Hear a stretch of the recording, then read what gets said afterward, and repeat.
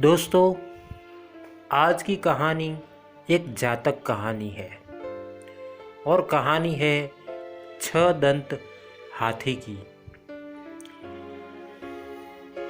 हिमालय के घने वनों में कभी सफ़ेद हाथियों की 2 विशिष्ट प्रजातियां हुआ करती थी।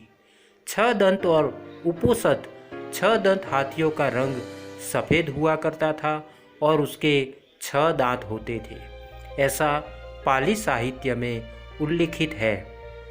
6 दंत हाथियों का राजा एक कंचन गुफा में निवास करता था। उसके मस्तक और पैर माणिक के समान लाल और चमकीले थे। उसकी 2 रानियां थी, महासुभद्रा और चुल्ल सुभद्रा।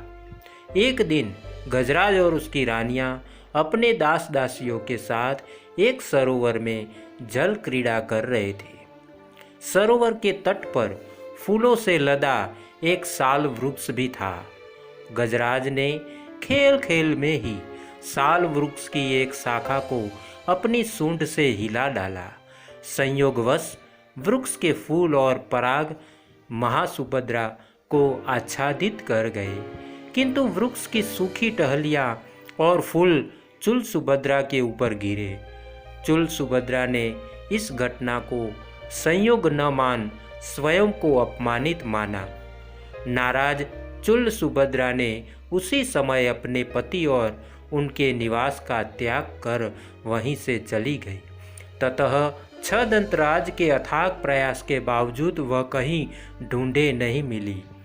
कालांतर में चुल सुभद्रा मरकर मद्राज की राजकुमारी बनी और विवाहोत्परांत वाराणसी की पटरानी। किंतु 6 दंतराज के प्रति उसका विषाद और रोष इतना प्रबल था कि पुनर्जन्म के बाद भी वह प्रतिशोध की आग में जलती रही।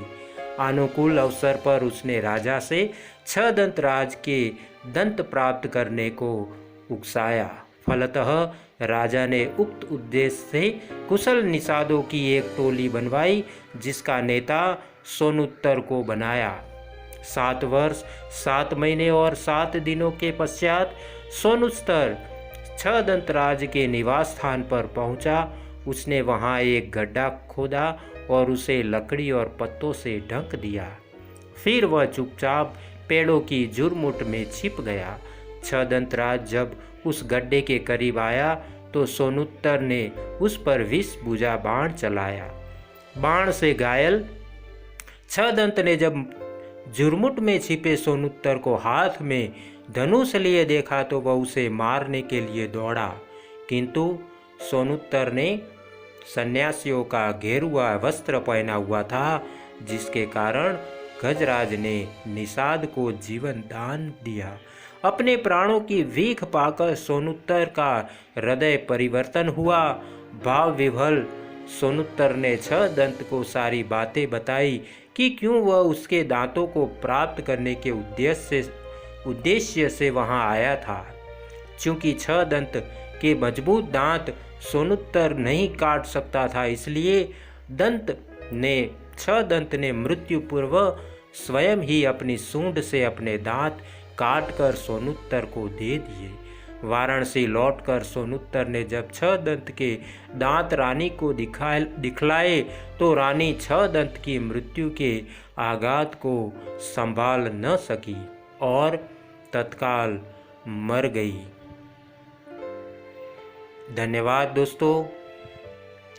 अगर आपको यह कहानी अच्छी लगी है तो एक लाइक और एक शेयर जरूर करना। दोस्तों, चैनल को सब्सक्राइब करना मत भूलना।